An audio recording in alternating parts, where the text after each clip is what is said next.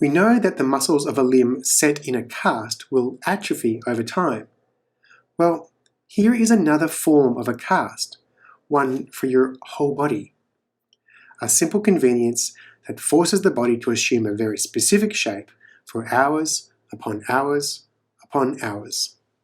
The position that you're in while not moving, at work, on the couch, and in your car, tends to be the same sitting position over and over again. Because of our time spent sitting, and because of other ways we've immobilized ourselves, casted our bodies with shoes, constrictive clothing, and cultural expectations, our bodies have adapted by becoming stiff and unable to move all of our parts all of the way. This has created areas in our bodies that are cellularly sedentary even when we are moving. And this process started very early, when we were very young. We casted our feet, preventing them from experiencing important sensations for balance, and rendering them incapable of performing the full range of motion necessary to keep feet strong and healthy.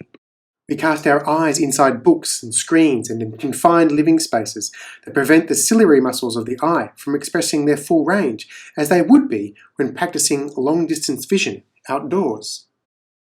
In captivity, the dorsal fin of an orca collapses in what's called flaccid fin syndrome, but the reason the dorsal fin falls over is because its body is no longer exposed to the pressures of the environment that it would experience when performing fast, long-distance swimming in one direction. The point is that a part of the orca's physiology, when removed from the world that shaped it, will atrophy. And as far-fetched as it sounds, we can't ignore the reality that the body of a human, our cells and tissue and bone and muscle, all evolved to suit an environment vastly different to the one that we enjoy now.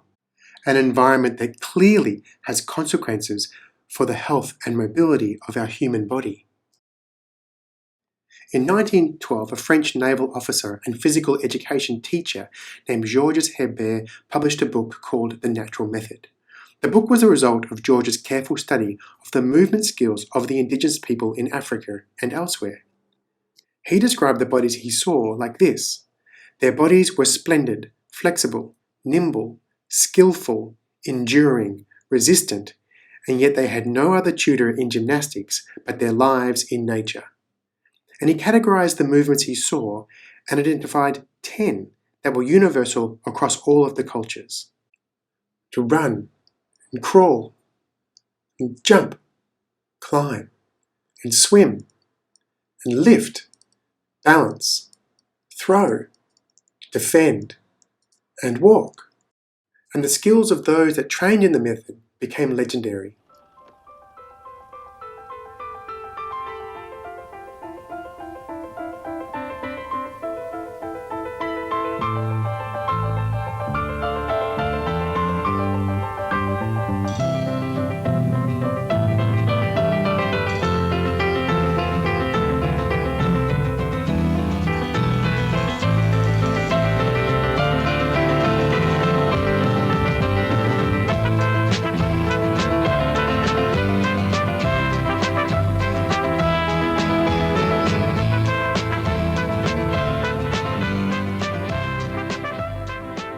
The legacy of Hebert's work is that there is a world of difference between the structural integrity and fitness of a body that only knows running on treadmills, to the body of someone who knows trails.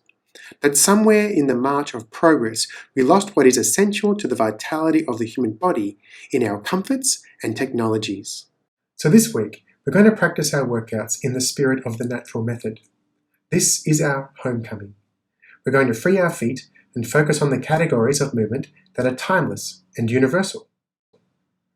Perfect for sustaining and improving physical health and fitness. We're going to get outside in nature and enjoy our fitness.